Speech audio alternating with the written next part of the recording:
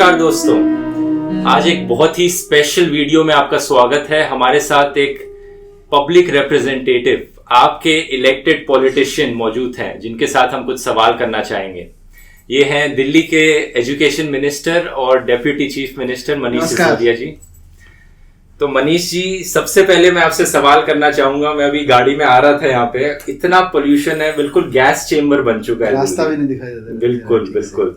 और ये पहली बार तो है नहीं कि ऐसा हो रहा है, ये पिछले साल भी ऐसा ही हुआ, उससे पिछले साल भी ऐसा ही हुआ। तो मेरा पहला सवाल होगा कि कौन कौन से सोर्सेज हैं पोल्यूशन के, जो कि आपको पता है मेजॉरिटी सोर्सेज है जिनसे पोल्यूशन आता है। ये जो आज वाली जो सिचुएशन है, ये लास्ट ईयर हुई थी दिल्ली में, और ये सिर्फ 2 साल से हो रही है। अचानक 10-15 दिन का 10 दिन का ये बैंड आता है, और राजस्थान में, पंजाब में जो फसल जलाई जा रही है, इसका धुआं एकदम दिल्ली पे छा जाता है। और ये मूव, मतलब हमें लगता है मूव नहीं कर रहा, पर कर रहा है। अच्छा। ये 15 दिन से उधर से चला हुआ धीरे धीरे दिल्ली पे आके रुक गया है। कुछ सेटल होगा, कुछ धीरे धीरे पास ऑन हो जाएगा, जो अपनी रेगुलर स्पीड से। तो पंजाब हरियाणा से आ रहा है, तो पंजाब हरियाणा में भी होना चाहिए पोल्यूशन। बिल्कुल इतना ही है। पंजाब हरियाणा में भी है, और सिर्फ दिल्ली नहीं है, मेरठ में भी है। अच्छा। आपको अमृतसर में भी है, आपको आगरा में भी है। अच्छा। ये सब जगह से रिपोर्ट्स आ रही हैं। इवन गाजियाबाद में सबसे ज्यादा रिपोर्ट्स आ रही हैं। अच्छा। मतलब मुरादाबाद तक। ये पूरा जो बेल्ट है ना, एनसीआर प्लस में बोलूंगा, खाली एनसीआर नहीं, एनसीआर प्लस इससे इफेक्टेड है। और ये 2 साल से हो रहा है। अच्छा। उसके कारण है, माने पहले लोग जड़ से फसल काटते थे। अच्छा। अभी क्या है कि टेक्नोलॉजी आई, कल्टीवेटर्स सबसे फसल ऊपर से काटी जाती है। अच्छा। और उसकी जो नाली तना है, एक तरह से जो उसकी पाइप है, वो उसमें खेत में रह जाती है। अच्छा। पहले वो वहां से कटती थी, फिर उसको भूसा बनता था, भूसा कहीं स्टोर होता था, वो पशुओं के काम आता था, या कागज बनाने और 50 और चीजों के काम आता था। अभी क्या है कि in order to save time and manpower, machine लगा दी। मतलब मशीन का यूज करना अच्छी बात है, अगर उसमें किसान को फायदा हो रहा है तो। लेकिन उसका आफ्टर इफेक्ट ये हो रहा है, क्योंकि उस पर काम नहीं हुआ, उस पर सोचा नहीं गया कि फिर वो उसको जलाता है। अच्छा। तो पहले सिर्फ 1 इंच, हार्डली आधा इंच की जड़ रहती थी, और वो खेत में दब जाती थी। अच्छा। जब खेत को जुताई करते थे ट्रैक्टर से। अब ये 4 फीट 3 फीट, माने 1 फीट 1.5 फीट 2 फुट तक का जो उसकी पाइप है, तो उसको जलाया जाता है। तो ये पिछले 2 साल से ज्यादा ट्रेंड आया है। अच्छा। दिल्ली में बैठ के इसको कुछ नहीं कर सकते। दिल्ली के पॉल्यूशन के जो तत्व हैं, कारक हैं, उस पे दिल्ली में करने की जरूरत है, कर रहे हैं। अच्छा। या बहुत कुछ और किया जा सकता है, पर इस वाले पे तो आप कुछ नहीं कर सकते जब तक वहां की सरकारें, क्योंकि एक नई तरह की प्रॉब्लम टेक्नोलॉजी के यूज से सामने आई है। इसका सॉल्यूशन फिर 3-4 सरकारों को मिलकर करने की जरूरत है। अच्छा। कोई सॉल्यूशन निकाला जाए कि किसानों को इंसेंटिव दिया जाए, ताकि वो अपनी फसल को जलाए ना वहां पे, उसको काट के उसकी कोई मार्केट वैल्यू आ जाए, कोई टेक्नोलॉजी यूज करके उससे कागज बनाना है, या कुछ और कहीं लेके जाना है, पशुओं के लिए चारे के रूप में लेके जाना है, तो उसको किसान को अभी सबसे इजी लग रहा है किसान को कि मैं ऊपर से वाली काट लूंगा, और उसके बाद में सारी फसल को मैं जला दूंगा, क्योंकि उनके लिए सस्ता पड़ता है। उनके लिए सस्ता है। अच्छा। उसको काटना, उसको रखना स्टोरेज में, फिर उसको सेल करने में उतना फायदा नहीं है उनको। अच्छा। तो वहां इंसेंटिव देना पड़ेगा। अच्छा। तो पिछले साल भी मिले थे क्या वो? नहीं, पिछले साल मुझे लगा कि ये शायद वन टाइम कोई प्रॉब्लम इस तरह से जनरेट हुई, क्योंकि इतना धुआं कभी नहीं छाया। नहीं, बिल्कुल। लास्ट ईयर बहुत ज्यादा था। हाँ। अभी एंटिसिपेट कर रहे थे कि शायद कुछ कम होगा। हो सकता है कुछ मेजर्स उठाए गए होंगे, हो सकता है लोग थोड़े सेंसिटाइज हुए, पर हुआ नहीं।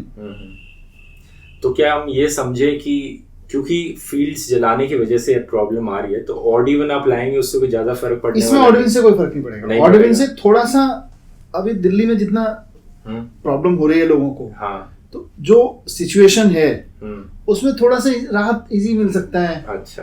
थोड़ा ट्रैफिक कम मिलेगा। 1 घंटा जो आदमी ट्रैफिक में बिता रहा है, वो आधा घंटा बिताएगा, अगर आधा समय लगा तो टर्नआउट टाइम। या हल्का, अब आधे वाहन होंगे तो दिल्ली का अपना जो व्हीकलर पॉल्यूशन है, वो थोड़ा सा नीचे जा सकता है। अच्छा।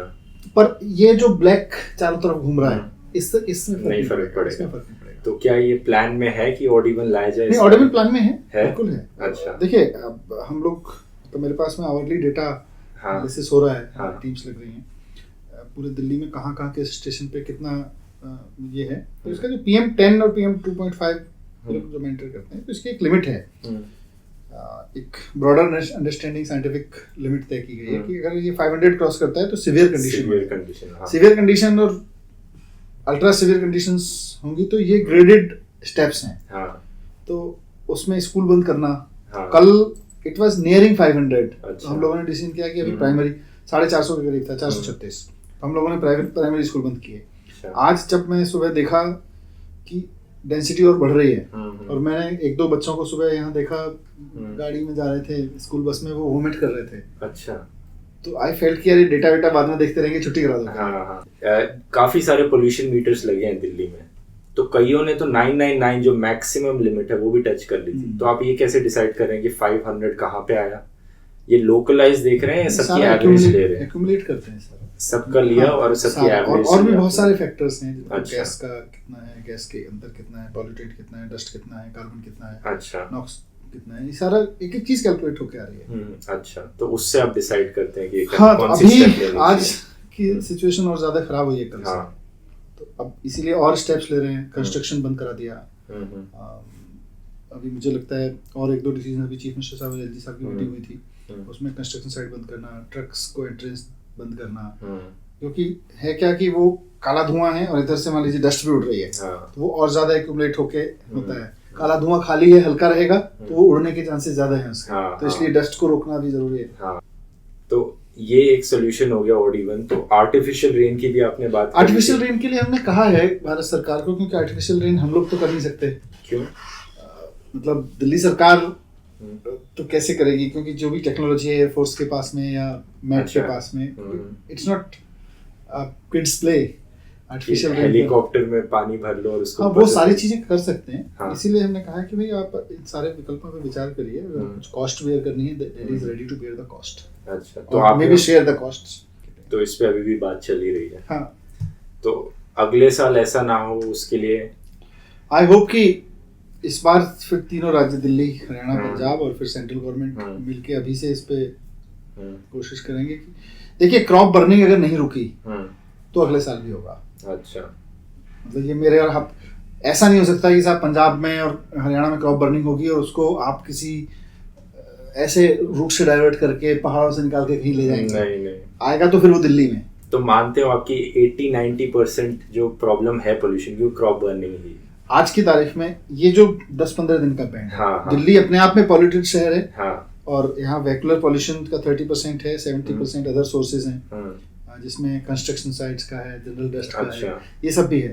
पर वो नॉन स्मॉगिंग, ये जो स्मॉग की प्रॉब्लम है ना, ये तो क्रॉप बर्निंग की वजह से है। तो सिर्फ 10-15 दिन के लिए, बाद में जो होती है वो फिर दिल्ली का अपना होती है, दिल्ली का अपना। ठीक है। तो उनसे लड़ने के लिए आपने क्या सोल्यूशन? उसके लिए 2-3 है। एक तो कंस्ट्रक्शन साइट्स को जितना हम हेविली रेगुलेट करें वहाँ कम से कम हो, क्योंकि कंस्ट्रक्शन से बहुत डस्ट उड़ती है। और तो कोई कंक्रीट स्टेप यहाँ पे लिया? काफी सख्ती की है पिछले दिनों में, बट अल्टीमेटली कंस्ट्रक्शन और ये सब जहाँ गवर्नमेंट है वहाँ तो हम बहुत करा देते हैं, बट क्योंकि बिल्डिंग बाय लॉज और ये थोड़ा MCD के दायरे में आता है, तो MCD के कॉर्पोरेशन के, MCD के प्रोएक्टिव भूमिका के बिना नहीं होगा। MCD में करप्शन बहुत है। अच्छा, वहाँ बस वो पैसा लेके कंस्ट्रक्शन अलाउ करते रहते हैं। मुझे लगता है ये चीज बतानी बहुत जरूरी है लोगों को कि कौन सी चीज दिल्ली गवर्नमेंट के अंदर है, कौन सी MCD के अंदर है। जैसे गवर्नमेंट साइट्स पे, मतलब कहीं भी अगर दिल्ली सरकार स्कूल बनवा रही है, पुल बनवा रही है, मेट्रो बनवा रही है, यहाँ हर चीज को सख्ती से कर सकते हैं। अच्छा, दिल्ली सरकार की अपनी बिल्डिंग्स तो बहुत, मतलब अगर इनको छोड़ दें तो और क्या बन रहा है, थोड़ा बहुत कुछ हो रहा होगा, वहाँ भी सख्ती की जा सकती है या की जाती है कि भाई किसी भी कीमत पे जो भी स्टैंडर्ड नॉर्म्स हैं, कितना ढक के रखना है, कैसे करना है, कितना वाटर स्प्रिंकल करते रहना है। लेकिन जो नॉर्मल हाउस होल्ड्स का वो है, घर बन रहा है, वहाँ ये सब MCD के दायरे में आता है। अच्छा, कि वो उस बंदे ने प्लास्टिक लगाई कि नहीं लगाई, ये सब लगाया, मतलब फिर तो करने को तो कंस्ट्रक्शन होने के ही दायरे में करने के को तो आप फिर SDM को भी भेज सकते हो, DM को भी भेज सकते हो, एनवायरनमेंट के लोग भी जा सकते हैं। माने जब इमरजेंसी है तो किसी से भी कर सकते हो। बट जो रूटीन ड्यूटी है, जो फील्ड ऑफिसर है, वहाँ वो फील्ड ऑफिसर MCD का है, जो JE है वो MCD का है, उसको चेक करने की जिम्मेदारी है। JE बिल्डिंग उसको बोलते हैं। एरिया का जेई होता है, वो वहाँ कुछ भी बिल्डिंग का काम, कंस्ट्रक्शन का काम हो रहा है, उसकी जिम्मेदारी है कि सारे रूल्स वहाँ फॉलो हो रहे हैं कि नहीं हो रहे। अच्छा। पर वो वहाँ नक्शे ही पास नहीं होते, बिना नक्शे के मकान बन रहे होते हैं, तो फिर कहाँ से रूल फॉलो होंगे। अच्छा। वो बड़ी प्रॉब्लम है, but anyway passing the bug. दूसरा जो दिल्ली में है, वेहिकुलर पॉल्यूशन को रोकना बहुत जरूरी है। अच्छा। वो सुप्रीम कोर्ट के इंटरवेंशन के बाद अच्छी चीज ये हुई है कि जो बाहर के ट्रक्स थे उनको बाहर से बाहर भेजा गया है, तो जो बड़ी बड़ी सड़कें हैं उन पे काफी कम हुआ है रात को।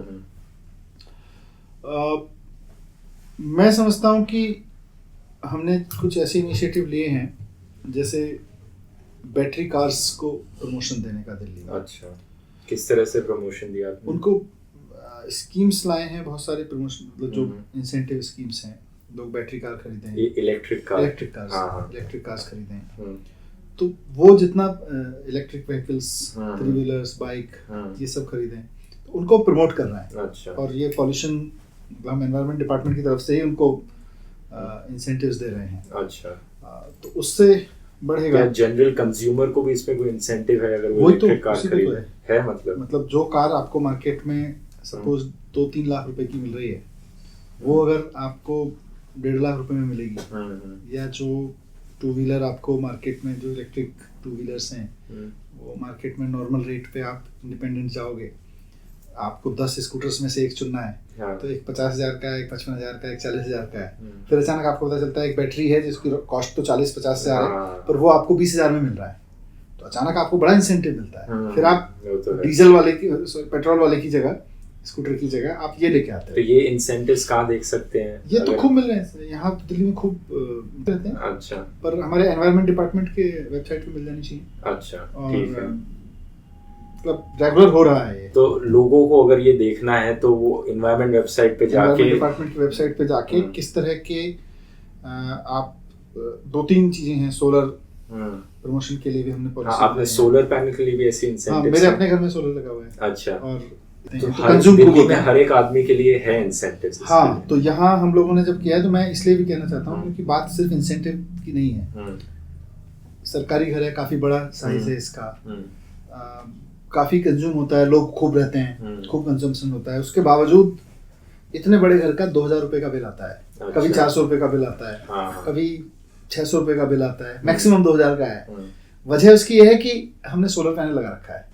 आप इस इंसेंटिव को इनिशियल कॉस्ट मिला के कह रहे हो ना, क्योंकि उस इनिशियल कॉस्ट को रिकवर करने में टाइम लगेगा। हाँ, इसको तो लगेगा। हाँ, तो वो 5-10 साल बाद उसमें भी हम लोग ला रहे हैं। अभी कुछ स्कीम बनाई है हमारे पावर डिपार्टमेंट ने, इन्होंने। हाँ। कि हमने एक टेस्ट नई दिल्ली एरिया में हुआ है, स्कूल्स की रूफटॉप्स पे सोलर पैनल्स लगाने का। लेकिन एक और चीज है जो हम लोग प्लान कर रहे हैं कि आने वाले समय में धीरे धीरे पब्लिक ट्रांसपोर्ट को पहले और फिर ग्रेजुअली और लोगों को भी इंसेंटिवाइज करके कि पब्लिक ट्रांसपोर्ट सारा इलेक्ट्रिक सिस्टम पे शिफ्ट करना पड़ेगा। अच्छा।